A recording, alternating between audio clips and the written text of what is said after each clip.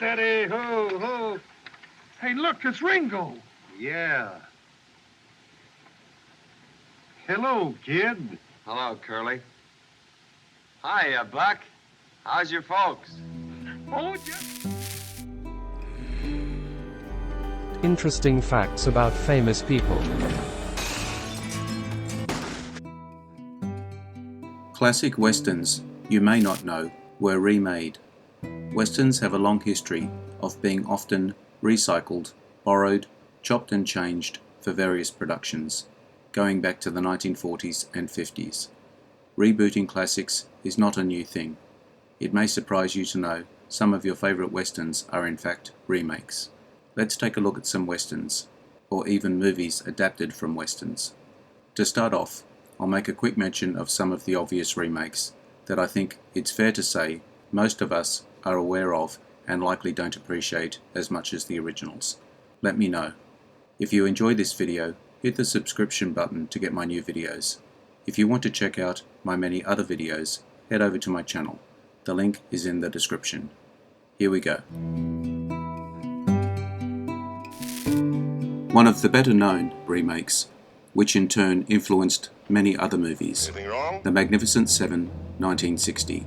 An iconic shoot-'em-up western was released that was equal parts thrilling, comical and entertaining. Widely recognised as an influential western, also known as a remake of Akira Kurosawa's Seven Samurai. It was actor Yul Brynner who originally approached Walter Mirisch with the idea of making a western adaptation of the Japanese classic.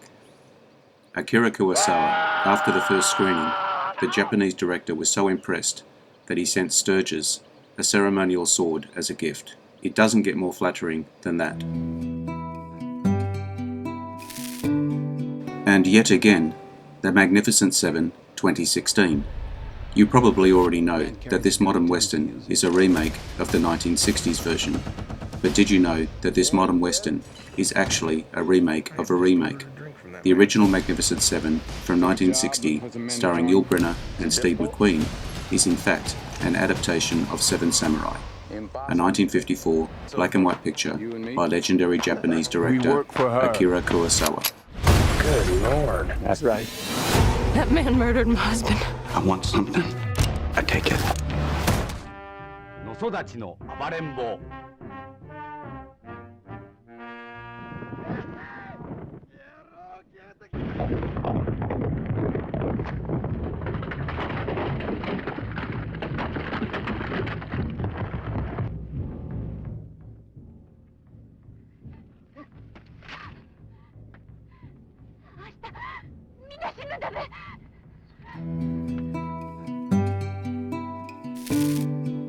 True Grit, 2010. If John Wayne was to be remembered for one role in particular, he would probably be best known for his grumpy, drunken, and hard-nosed US Marshal Rooster Cogburn in True Grit.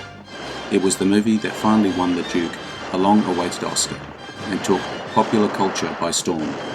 Cogburn is such a recognised character and True Grit such a notable western that when the Coen brothers announced in 2010 that they would be producing a remake, audiences were so inclined to say, "Howdy, partner." I call that bold talk for a one-eyed fat man. Fill your hand, you son of a bitch!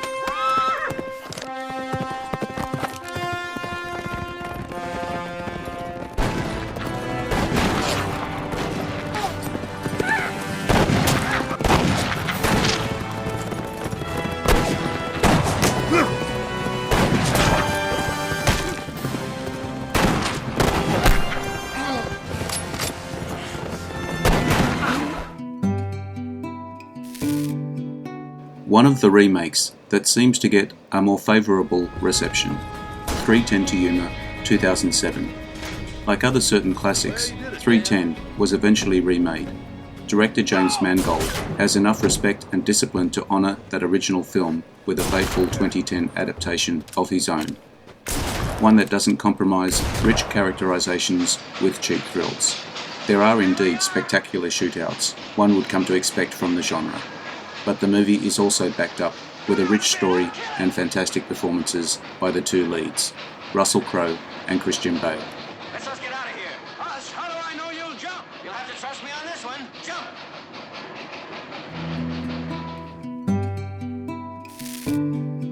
Most would agree this remake was not needed. The Alamo, 2004. Remember the Alamo, the 1960 movie that starred John Wayne as the frontiersman David "Davy" Crockett, directed by Wayne himself, as a small band of soldiers that stand up to a massive Mexican army in order to stop a tyrant from ruling the Republic of Texas. Its 2004 counterpart stars Billy Bob Thornton as Davy Crockett. While Wayne's original was fun, this remake is often criticised for being a rather drab affair.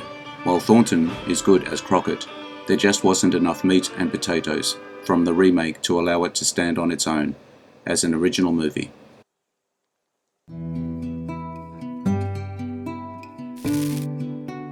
This may not seem appropriate at first. Outland, 1981. In the distant future, stars Sean Connery as a marshal who uncovers a huge drug smuggling ring on the Jupiter moon of Io, which allows miners on the moon to work for days on end. Sticking his nose where it doesn't belong, the marshal begins to uncover a conspiracy which has him constantly looking over his shoulder for danger. You might be wondering what a sci-fi film is doing on this video. Connery in a spacesuit doesn't look like your traditional Western. However, the script for Outland was originally intended to be set in the Wild West, loosely adapted from the 1952 film High Noon, after Ridley Scott's highly influential Alien was released, and Blade Runner being in production. Director Peter Hyams decided to move this movie into outer space. The original title was changed, but Outland still remained as a working of High Noon, with Connery playing a flawed hero struggling to survive.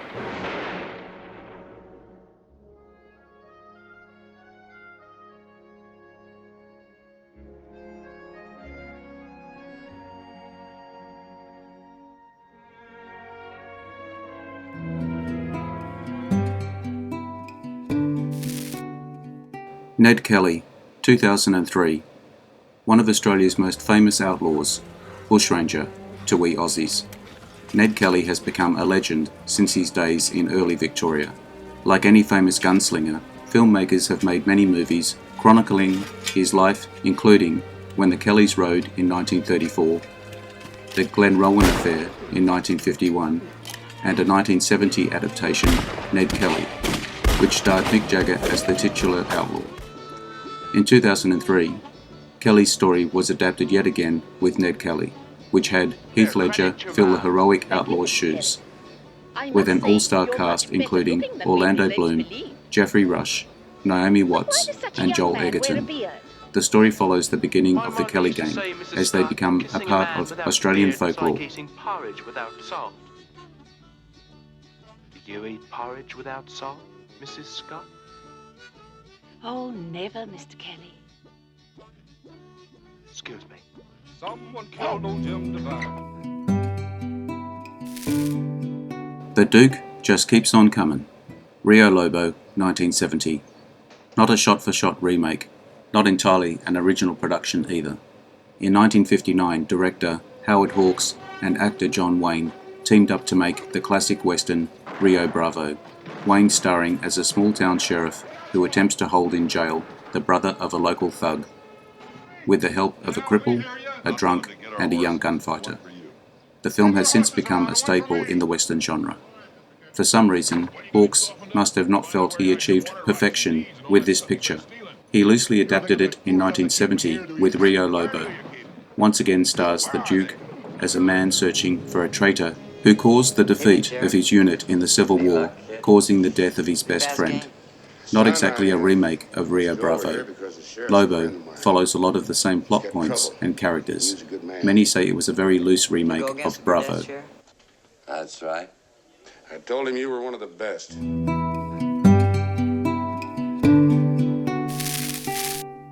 Another director trying to finish the job. Destri, 1954. James Stewart at the beginning of his career.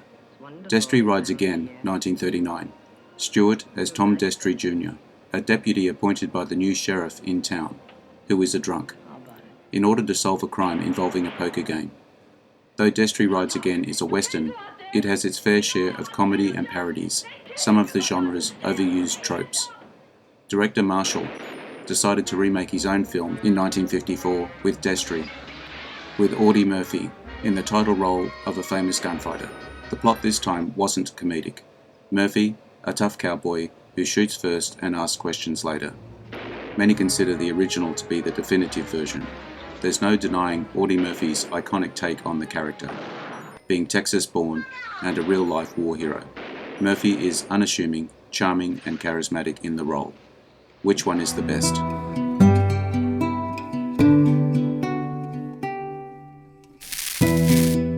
Last Man Standing, 1996.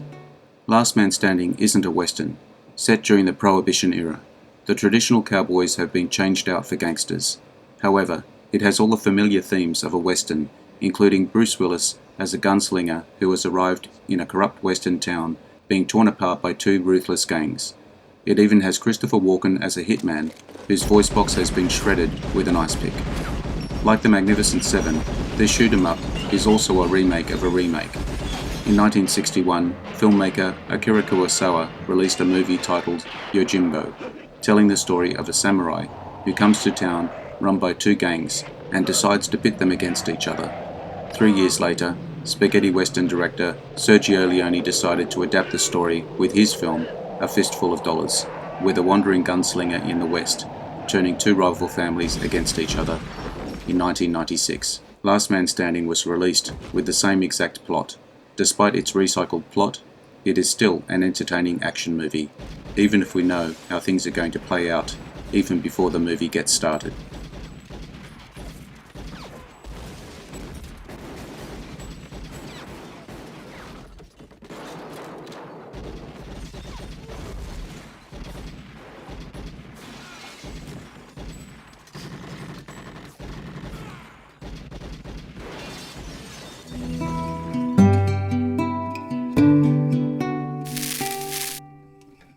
A Well-Worn Trail, Stagecoach, 1966. A classic western, director John Ford's Stagecoach, released in 1939, is an icon of the genre. Arguably dated and intolerant, but still influential. It stars John Wayne in one of his earliest roles as the Ringo Kid, the heroic gunfighter willing to do anything to protect the passengers of a stagecoach. The passengers of the stagecoach work together to fight off Apaches in a climatic gunfight, and learn a little about themselves in the process. It shouldn't be attempted to be remade, and if it is, that adaptation should do something new and exciting with the story. Unfortunately, Ford's iconic western was given a poor reboot in 1966, and then an even worse one with the bizarre adaptation in 1986, containing a cast made up of music legends like Johnny Cash, Willie Nelson, and Chris Christopherson. Absent all the charm of the original, this should be Hollywood's last sign to leave this classic alone. Curly, I didn't figure on you at all. Drop the rifle, kid. I'm giving you a free ride into Lordsburg jail, and I'll take care of the plumbers. I get paid for it, you don't. Now hand over the rifle.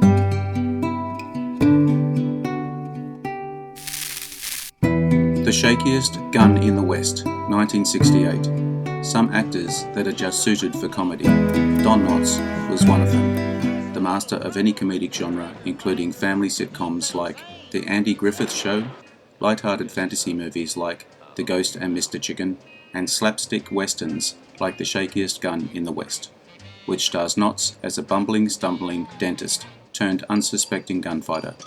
It's actually a remake of a 1948 film, The Paleface. Knotts' adaptation doesn't exactly follow its predecessor's style.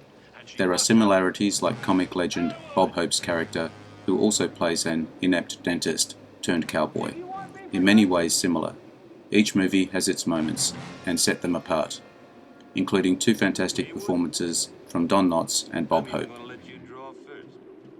Buckskin or skirts that you've homespun, but I love you longer, stronger, where your friends don't tote a gun. My bones denounce the buckboard bounce and the cactus hurts my toes. Let's vamoose where gals keep using those silks and satins. Battle Beyond the Stars. As in Outland, every other movie from the 1980s was being adapted for sci-fi. Star Wars and Alien had blown up at the box office. Every studio was eager to get their next space race motion picture out. When screenwriter John Sayles was asked by producer Roger Corman to adapt a sci-fi version of Seven Samurai, Battle Beyond the Stars is the movie you would get if you took The Magnificent Seven and Star Wars, put them in a blender, and hit the puree button. A B movie, Battle Beyond the Stars is a fun run thanks to the cast of characters, and a tribute to its predecessors. It pays direct homage to John Sturges' Western, so much so that the movie even has actor Robert Vaughn in virtually the same role as he played in The Magnificent Seven. Of course, The Magnificent Seven itself is a remake, so Battle Beyond the Stars would technically be a remake of a remake, or perhaps a reimagining of a remake.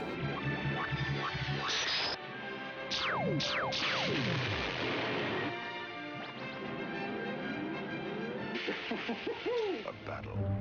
黒澤明が描く壮烈な女子誌7人の侍の中の変わり種野育ちの暴れん坊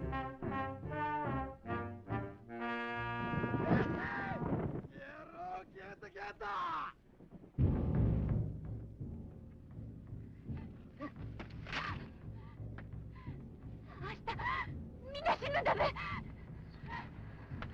死ぬとは決まっておる。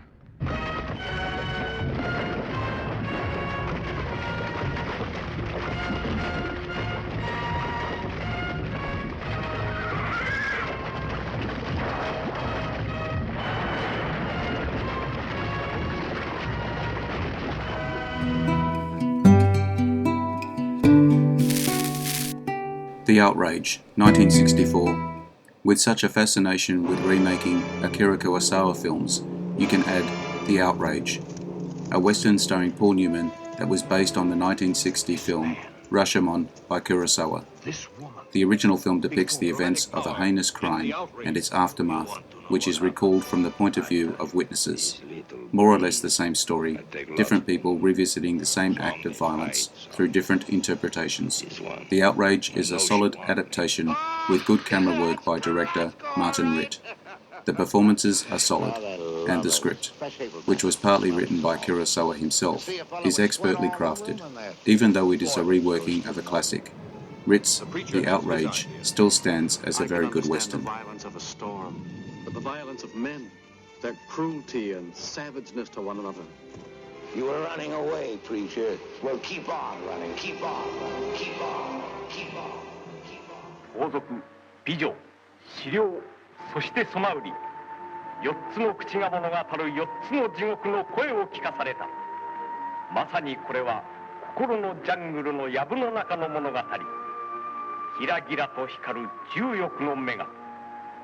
集落外にその名を知られたこの多条丸が帰って手をつけたの。頼むから俺の妻になると言ってくれ。俺の妻になると言ってくれ。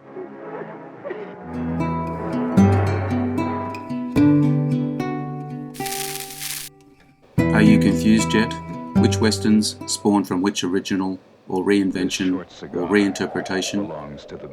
A Fistful of Dollars, 1964. Director Sergio Leone's A Fistful of Dollars is recognized for starting the genre known as the spaghetti western.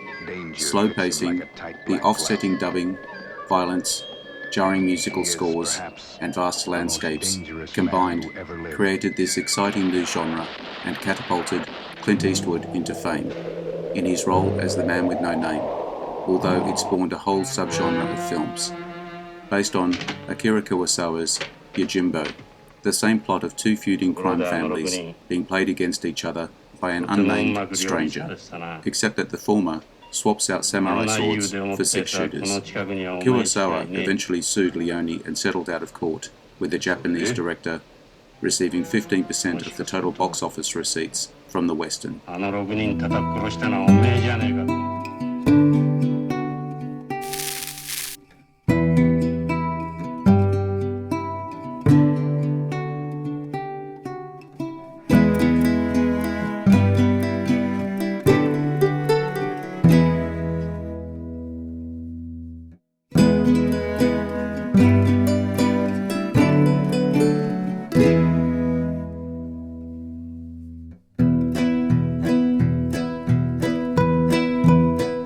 If you like this video, make sure you hit the notification button so you will see all my new videos as they come up.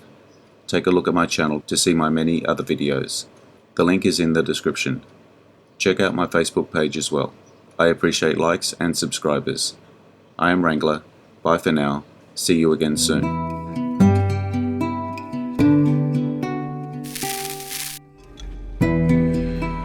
Interesting facts about famous people.